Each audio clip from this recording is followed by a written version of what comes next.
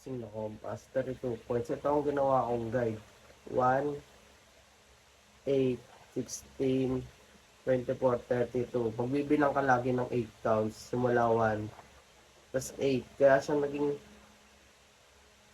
16, simula 8 hanggang 16. Nagbilang ako ng 8 counts. Kaya 16, 24, 32. Tapos, ganito naman ang pagkuha ng azimuth degrees. Kaya siya naging 22.25 kasi 11.25 plus 11.25. Ang nakuha sagot ay 22.5. Lagi mo lang siya ipa-plus sa 11.25. 22.5 plus 11.25 is 33.75. Naging plus 11.25. Nakuha is 45. Plus lang ulit, kaya naging 56.25.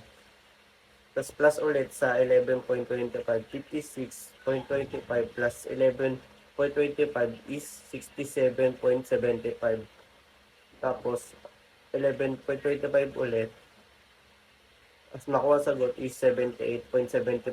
Pagpo-plus mo lang siya sa lagi sa 11.25 para makuha mo lahat ng azimuth degrees.